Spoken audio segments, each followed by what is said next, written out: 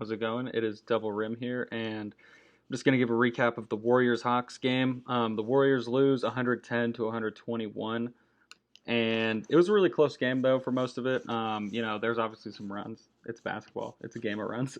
But down the stretch, it was actually close. It was within about 10 points for the whole fourth quarter, but the Warriors could never quite catch up, and they ultimately lost this one. The Hawks, shot super well. It felt like, their percentage, I think, so they shot 38% pretty much from three. But there was they were just hitting all their shots, a lot of good mid-range shots they were hitting.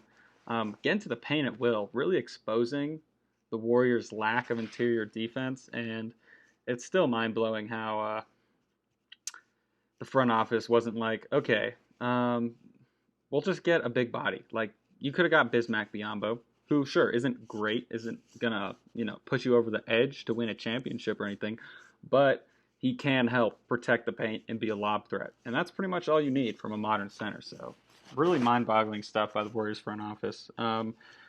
Trey, just an amazing passer. I haven't watched a lot of Trey, probably only like 30 games since he's been in the NBA, but Trey's a great passer, made some just incredible tight passes behind the backs, like right to his teammates. I just didn't realize he was that good of a passer, man.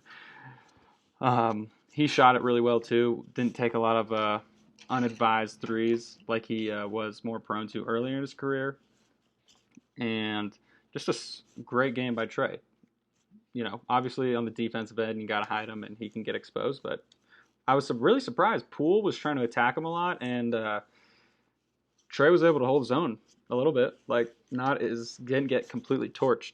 And Kevin Huerter also had a great game. There was this hilarious play at the end of the fourth quarter so the Warriors were within 5, right, with like a minute left, and it was out of bounds. So they subbed in Draymond to get like a big defensive stop. Like, we'll get a stop here. We can still win the game. Da-da-da-da-da. Like, the thinking makes sense.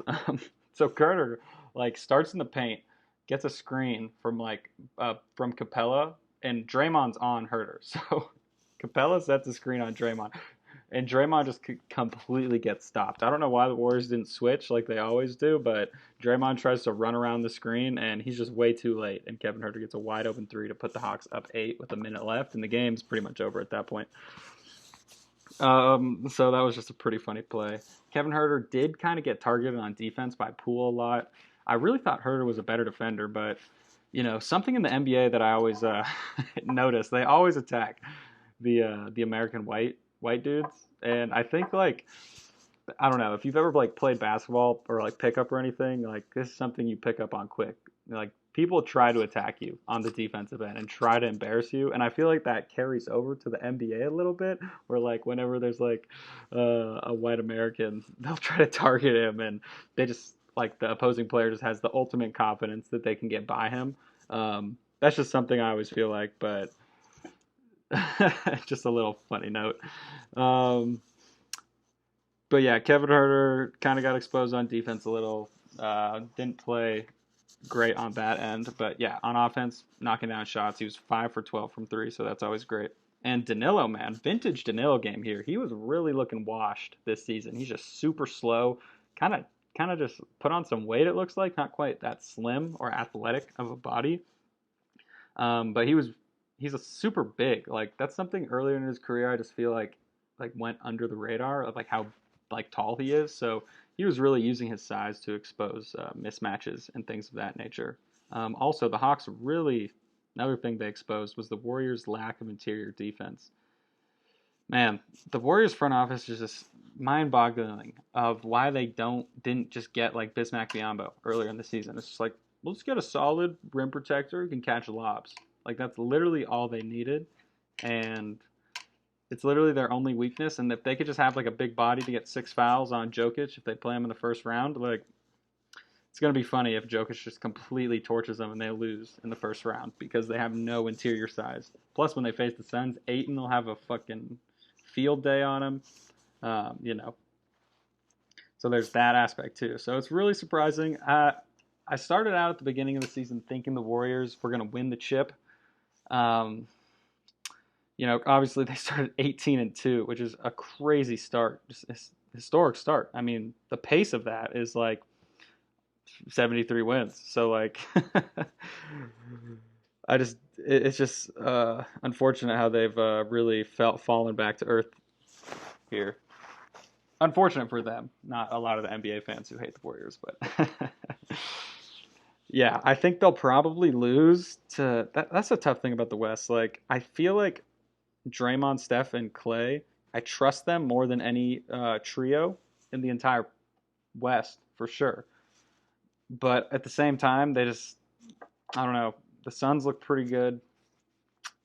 Even the Mavericks, I don't know, could beat them. The Nuggets too. Just Jokic is that good. But I think they'll still probably make the Western Conference Finals. But I wouldn't be surprised if they got ousted like in the first round. Okay, So I talked about the Hawks a little bit. Talked about some of the Warriors' problems. Now I'll go over some Warriors players in this game. Draymond had a really bad game, like I explained earlier. He got torched on his last-minute play. Really strange decision by Steve Kerr. He kept Wiggins and Draymond out for practically the whole fourth quarter. It seems like he's trying to experiment with different lineups because the Warriors have so many good players that he needs to figure out like their best lineups for the playoffs and the best rotations. So he's kind of experimenting. He had D. Lee out there for a while, which, I don't know why you need to experiment with D. Lee. He's not playing in the playoffs. It's just that simple. But anyways, yeah, D. Lee played like the whole stretch of the fourth quarter. Kuminga didn't get a lot of minutes either, even though he's been playing great. So just a strange rotation game, but I understand why Steve Kerr is doing it. And the Warriors pretty much have home court advantage locked up.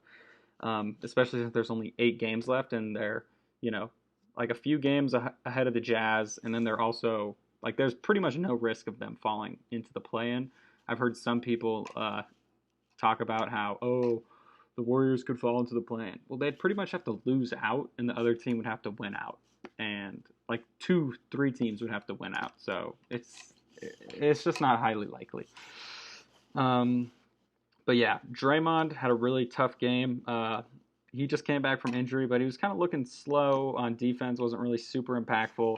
And that's where most of his impact comes from on the defensive end. And then on offense, his impact comes from his passing and his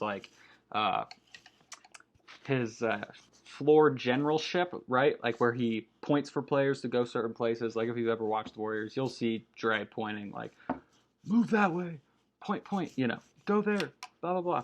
So, his playmaking was really bad. He had some bad turnovers, had some bad passes, didn't make a lot of great decisions, and obviously he can't shoot or score. So he was a huge negative today. Had a team or game low, -24 for his plus-minus. So that kind of summarizes his game.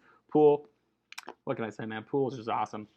He's such a STEEZY player. This is a word I always like to use to describe him. He's just STEEZY. He's like got a lot of in and out dribble moves. Can pull up. He's kind of like Curry light. Not as good as Curry. Doesn't have the same gravity as Curry or playmaking, and not even defense, frankly. But his three-point shooting, mid-range shooting, and driving and free throw shooting, lights out, man. If you've ever seen Poole drive, he's got these great long arms that he can just kind of like slither around defenders or slither like if he's going up for like a normal layup, right? He could like his arms are so long he can just kind of like flip it up and in over the other side. So he's an elite finisher. I don't know his exact paint finishing stats, but earlier this season I think he was like in the top 5 for guards this year, so that's really good. Poole on the defensive end had trouble staying in front of Trey, but luckily he wasn't guarding him much, just on a few switches, but nothing too surprising there. Now Clay, I have a lot of opinions about Clay, especially since his return. So yeah, Klay Thompson, his defense has lost a step. Now, he just came back from 2.5 years injury. I get it. But if I am Steve Kerr and the Warriors, you have to realize that they're trying to win a championship. And is Klay Thompson conducive, as he is as a player right now, to winning a championship? I don't know. He's not that great on defense right now. He's never really been a good playmaker. He's never really been a good creator. So his skills were pretty much shooting and defense. ISO defense. His team defense is also kind of weak. He just doesn't. He's not great at closing out and knowing where to close out or knowing when to come and help. If you watch games, you'll see that. So Clay's value is at an all-time low right now. He did have a great shooting game. I'll tell you, that guy can still shoot it. Obviously, he's a top 3, 5 shooter of all time, depending on who you ask. And he was hot tonight, but he's slowing down the offense a lot when he gets the balls, trying to do dribble, fade away. Like, I don't know why he's trying to be 07 Kobe. It doesn't make sense. That's never been his game. I wish he would just play a little bit more in the offense, coming off screens, catching and shooting. Make it, if he comes off a screen, right, and I'd like him, his decision-making is pretty slow right now, so he'll either shoot it, he's great at just shooting it, but if he's not shooting it, his decision-making is kind of iffy, so he'll usually come off a screen, get the ball, and if there's, not a good shot, he'll just, pass it back, run back until he can try to find one, and then he'll, if he's having trouble finding a shot off a screen, he'll, start backing his guy down and try to shoot a fadeaway. It just doesn't make sense. Clay's value comes from his shooting, his defense, and his quick decision-making. But his decision-making is slower, his defense is worse, and he's also honestly not been shooting great this season. So it's pretty tough that they have to pay $37 million for Clay as who he is right now.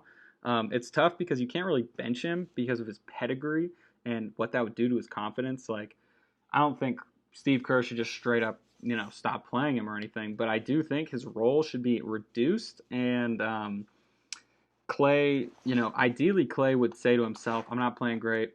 I'm obviously going to help this team. He still helps the team. He still has gravity. There was a few plays tonight where he'd come off a screen and take 2 with him, and Looney got a wide open dunk and stuff, so that's great. But I think that Poole brings more offensive plus to the team and the same defensive plus since, maybe not the same. Clay's definitely better than Poole right now. I shouldn't have said that, but he brings more offensive punch than Clay does right now. I do think Clay can get back to it, but just currently right now. If the Warriors are trying to win the championship, Clay should probably only be getting 20 to 25 minutes a game in a more of a coming off screens, catch and shoot role, and he should know that I should pass it, I should not dribble and take ISO shots. That is has killed the team, kills the flow of the offense, and kills the good vibes on the Warriors as well. Also, his body language is so terrible. Every time he misses, he's like, ugh.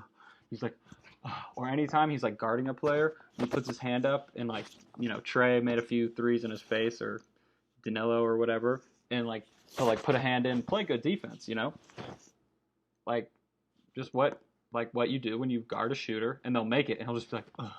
And it's dude, chill out, Clay. It's not the end of the world. God. So his body language is bad, kind of killing the vibe for some of the team, it looks like. I do think he should have a reduced role for the playoffs, but I kind of doubt that'll happen just because of his pedigree. And yeah, that's pretty much Klay Thompson. But yeah, say again, he had a great game shooting. He's a great shooter. But if he's not making shots, he doesn't really bring anything else to your team. So that's just the problem I have with him. Now, to move along to GP2. GP2 is a great, great player. My God, so good. He's just hustling, playing great defense. He plays like he's 7 foot, even though he's only 6'1", 6'2". He's got such a high vertical, so he can really get up there. He can even catch lobs, finish in the paint, grab offensive rebounds. You got to watch some GP2, man. It's such a fun player to watch. But yeah, that's pretty much sums up my reaction to the Warriors-Hawks game. If anyone ever watches this video, let me know in the comments, what do you think about this format? Can you listen to me just talk about a game for 15 minutes? Maybe it's a little too long. The next video, I'll probably write down some notes of the game, read them off, try to get it a little quicker, because 15 minutes is quite a while, I'll be honest. Anyways, Double Rim, aka Noah, signing off. Have a great day. Thank you for watching, and subscribe like you've watched YouTube before.